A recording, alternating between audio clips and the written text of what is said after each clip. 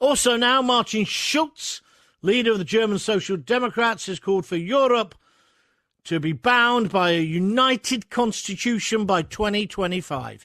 Now they're showing their real hand. They want a United States of Europe.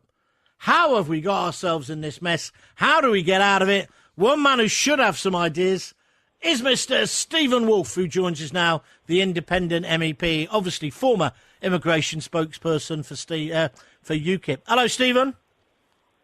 Hello, John. Good afternoon. I tell you what, you could talk on every subject today, but we'll start with the EU before we move on to all the other nonsense. 72-hour deadline. Who the hell do these people think they are, and why are we in this mess? Well, they are who they've always believed they are, John, which is the kind of supreme beings of the European continent.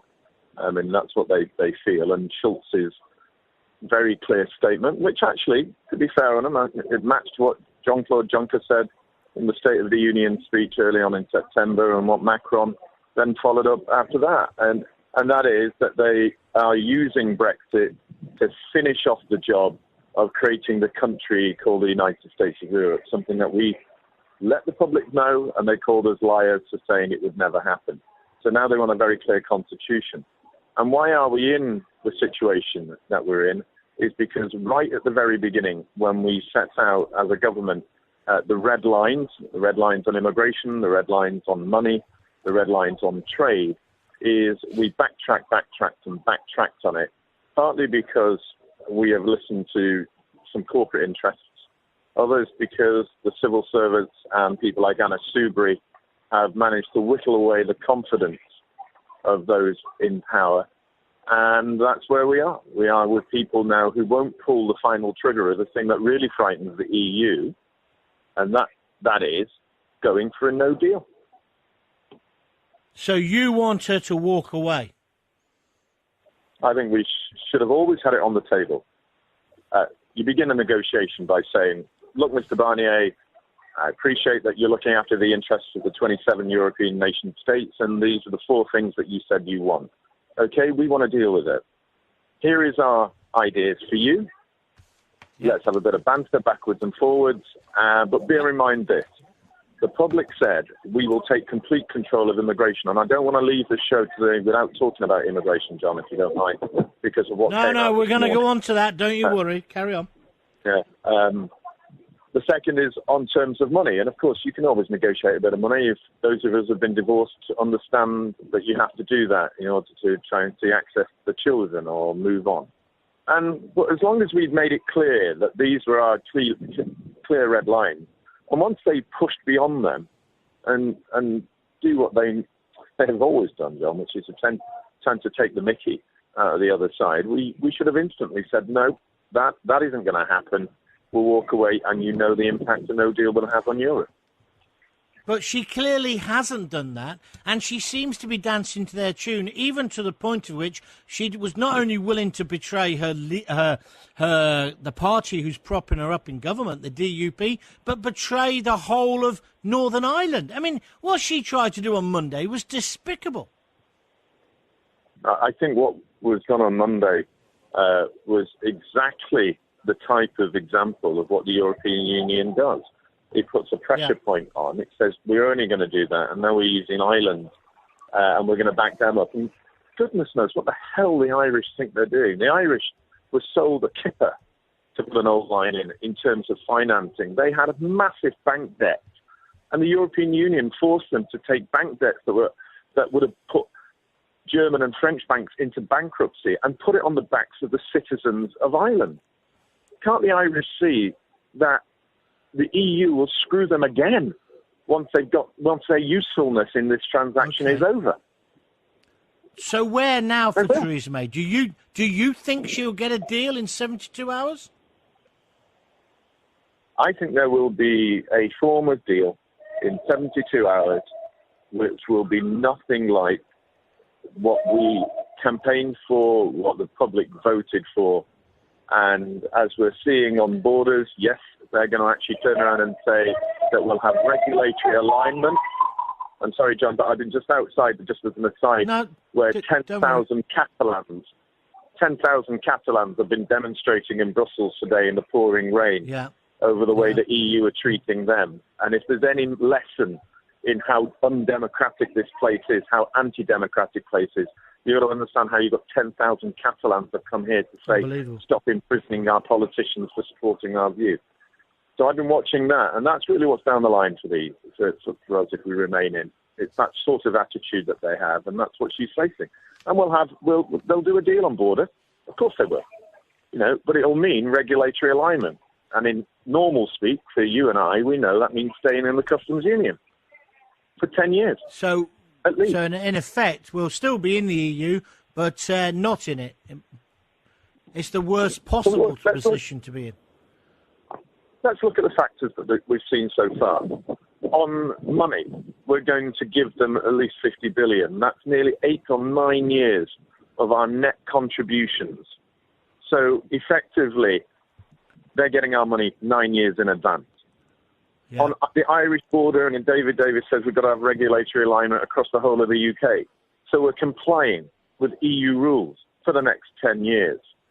On immigration, as we know this morning, they're going to allow EU citizens to continue to come in and out willy-nilly as they want, and bring their families in when they want, and claim benefits when they want, and be able to marry people from outside of the EU and bring them in when they want, when our citizens can't. So, i.e., let's just stress that a minute, though. They want to give European citizens more rights than British citizens in the UK, don't they? Effectively.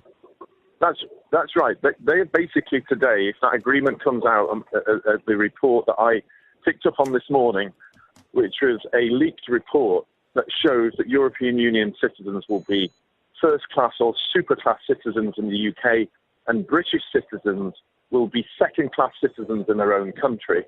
And if you come from a third non-EU country, American, Australia, India, Pakistan, Africa, you will be third-class citizens in the European Union. That is what we're giving away. It's shocking, it's appalling, it's utterly disgraceful to the people of this country. And I cannot believe that anybody has sensibly wants to put their pen to paper to something that does that.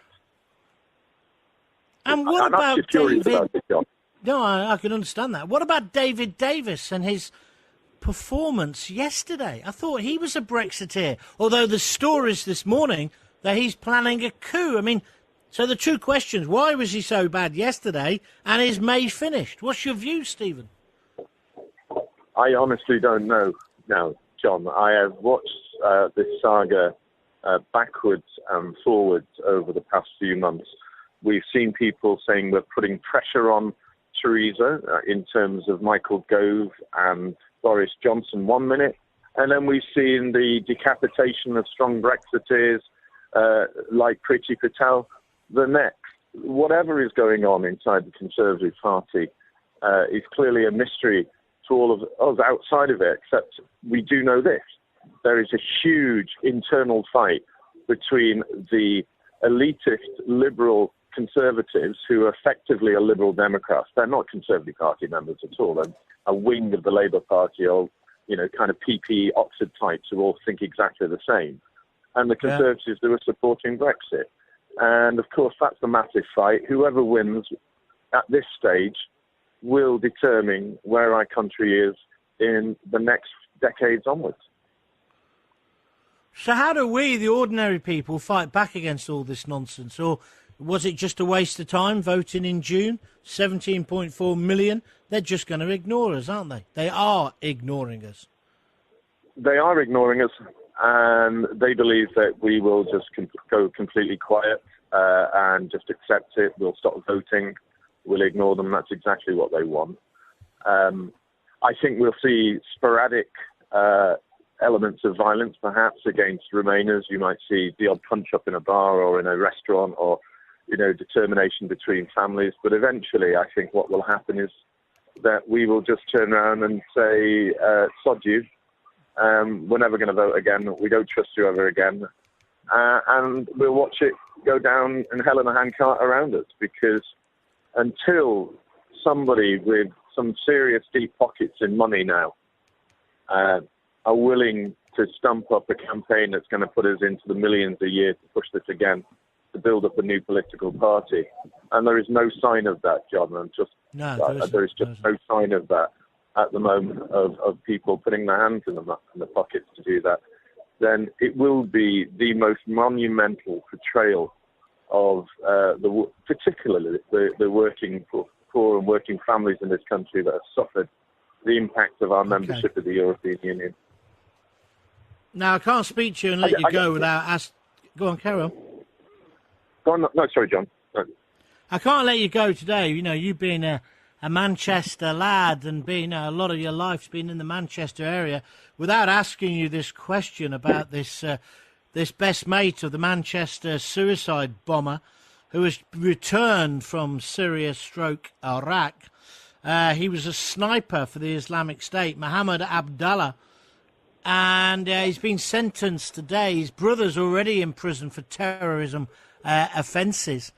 I mean, this is just madness. Why are we letting these people in? And we know there's at least 700 more either here or coming in. Why are we letting them back, Stephen? The same weakness. We're letting the European Union win over this issue. The same weakness that we're not supporting Trump in promoting Jerusalem as being the capital for Israel. The same weakness that we've been shown because we've been infected by a liberal disease that just doesn't understand what ordinary people have to go. And whilst they're living in their closeted university lands where they meet each other, that's where they live, that's where they breathe, and that's where they continue to go once they left. That these people should never have been allowed to return. They should have, and if we ever found them here, we should deport them back to the countries that they were fighting in and let those countries that are now trying to reform again, in this case Syria, let the Syrian government treat them for what they are, the war criminals that they are, the terrorists that they are, and let them do it at their own hand. We certainly shouldn't have anything to do with them whatsoever. We certainly should be paying taxpayers' money to fund them in effectively a training camp for jihadis, which is the prisons of the future. It's a mad, mad world. Stephen, thank you for joining us. Stephen Woolfe, independent MEP.